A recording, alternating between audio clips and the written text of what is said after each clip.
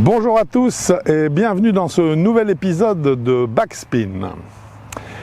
Martin Slumbers, qui est le patron du Royal et Ancien de St Andrews, a fait une déclaration en amont de l'Open britannique, de The Open, qui s'est déroulé cet été, concernant des restrictions qui toucheraient les drivers dans les mois à venir, oui, afin de continuer à lutter contre les trop grandes distances parcourues par les joueurs, et notamment bien sûr avec ce club-là. Ces modifications, ces nouvelles règles en fait vont concerner cette fois-ci, comme je viens de le dire, le driver, sachant que nous avons déjà eu une modification allant dans ce sens avec les nouvelles conditions d'homologation des balles de golf. Qu'est-ce que cela signifie?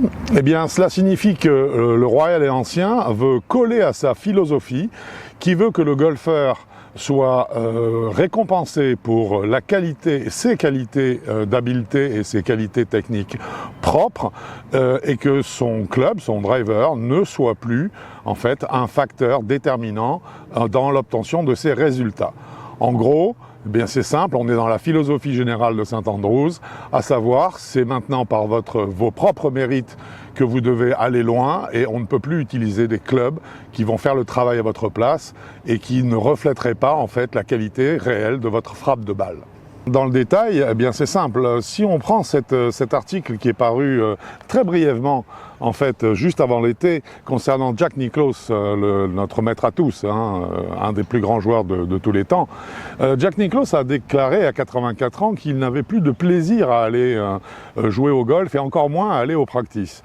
Quand on lui a demandé si son amour pour le jeu avait diminué, Nicklaus a dit tout simplement: c'est pas ça vraiment qui fait que ma passion diminue du tout, c'est simplement le fait que je me retrouve aux practices avec des gens qui ont mon âge, Nicklaus a 84 ans, je vous le rappelle, et qui en fait, eux, n'ont pas du tout ni la carrière que j'ai eue, ni les qualités de swing et les qualités de frappe qui sont les miennes, et pourtant les résultats qu'ils obtiennent avec leur driver sont pratiquement comparables aux miens.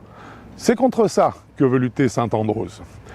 Aujourd'hui, ce qu'il va être intéressant de faire, c'est d'imaginer maintenant quels sont les moyens qu'ils vont utiliser pour y parvenir. Voici donc les points qui, dans les mois à venir, pourraient bien évoluer. Première option, ce serait une diminution du coefficient de restitution, qu'on appelle le COR, qui est actuellement de 0,83. C'est-à-dire que je lâche une balle à 1 mètre, la balle n'a pas le droit de rebondir à plus de 83 cm. Le Royal et Ancien pourrait très bien diminuer ce coefficient de restitution pour le passer par exemple à 0,80 cm donc, ou à 0,79, pourquoi pas. Ça aurait évidemment un impact direct sur les longueurs parcourues par la balle au driver. Cette option concernerait aussi bien les coups bien pris dans le club que les coups décentrés, et donc elle nous paraît assez improbable. La deuxième option, elle consisterait à diminuer le moment d'inertie, ce qu'on appelle le moi. Vous avez un lien en description qui vous permettra d'accéder à notre tutoriel qui vous explique ce qu'est le moi. Le moi à l'heure actuelle est limité à 1,50 et on peut donc imaginer que celui-ci descende plus vers les alentours de 1,45 par exemple. Cette option demanderait de modifier pour qu'on ait une diminution du moi, donc la vitesse de démarrage de la balle, ce qui aurait donc des répercussions sur d'autres segments du matériel, notamment sur la balle. Or, il se trouve que justement les conditions d'homologation des balles viennent d'être modifiées, donc cette option nous semble relativement improbable également. La troisième option concernerait la face de club et elle consisterait à interdire l'utilisation de matériaux à forte réponse dynamique ou bien de jouer sur l'épaisseur de la face de club afin de limiter l'effet trampoline. Une nouvelle règle concernant l'épaisseur des faces de club serait très intéressante, mais elle pénaliserait aussi bien les joueurs qui centrent parfaitement la balle que ceux qui ne la centrent pas. Elle nous paraît donc difficile à mettre en place. La quatrième option est assez évidente, elle consisterait simplement à interdire de dépasser une certaine longueur de manche de façon à diminuer la taille du bras de levier, donc la vitesse de club, donc la distance parcourue par la balle. Cette option est évidemment peu probable car nous venons d'avoir déjà une révision de la longueur maximale des shafts qui, vous le savez, est dorénavant fixée à 46 pouces. La cinquième option serait un retour vers une diminution du volume des têtes de club, ce qui bien sûr entraînerait une zone de frappe moins importante et créerait de facto une diminution du moment d'inertie que nous avons évoqué tout à l'heure. Cette option répond totalement au vœu du Royal et Ancien, qui est donc de favoriser la qualité de la frappe donc par le joueur, par l'adresse du joueur, plutôt que par son matériel. Une diminution, une limitation du volume des têtes de club à 400 cm3 sans autorisation de dépassement cette fois, sans tolérance de dépassement, serait vraiment notre option favorite. C'est celle que nous retenons. Pourquoi également? Parce qu'en fait, en diminuant le volume de la tête de club, eh bien, nous aurions de facto une diminution du moment d'inertie et une obligation de centrage bien plus importante. La sixième et dernière option consisterait à interdire les masses amovibles sur les têtes de club qui amènent un déplacement du centre de gravité et de facto, bien sûr, augmente le moment d'inertie. Cette option n'aurait que des répercussions, je dirais, nuancées sur la distance totale parcourue par la balle avec le driver.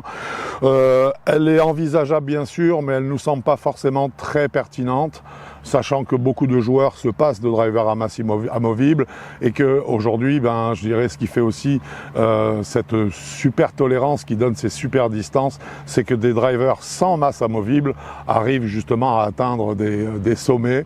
Donc en fait, les répercussions ne seraient pas suffisantes pour réellement remporter notre adhésion. Ni celle du Royal et Ancien de St Andrews. Laquelle de ces options va être retenue, nous ne le savons pas encore et peut-être que le Royal et Ancien de St Andrews nous surprendra en nous proposant une combinaison de ces diverses possibilités. Ce qui est certain par contre, c'est que les fabricants de clubs qui ont déjà été consultés sur la question ont tendance a priori, selon Slumbers toujours, à tordre le nez par rapport aux grandes axes et aux grandes directions que veut prendre St Andrews donc sur cette nouvelle législation concernant les drivers. Bien qu'aucune date officielle n'ait été donnée par Martin Slumbers pour l'application de ces nouvelles règles, on peut tout de même déjà anticiper le fait que cela va redonner, ces nouvelles règles vont redonner un nouveau souffle à l'enseignement du swing, puisqu'il va être temps d'améliorer le contact naturel du joueur avec la balle plutôt que de savoir choisir le matériel le plus adéquat pour compenser ses fautes. Ce qui veut dire que l'enseignement en sortira certainement grandi. Par contre, les fabricants de clubs et un petit peu de rêve également, les fabricants de rêve, risquent malheureusement de voir leur âge d'or passer derrière nous. Ce numéro de Backspin est dorénavant terminé. Nous espérons qu'il vous aura plu. Nous vous disons à bientôt sur Avis Golf. Et bien sûr, d'ici là, bon golf à vous!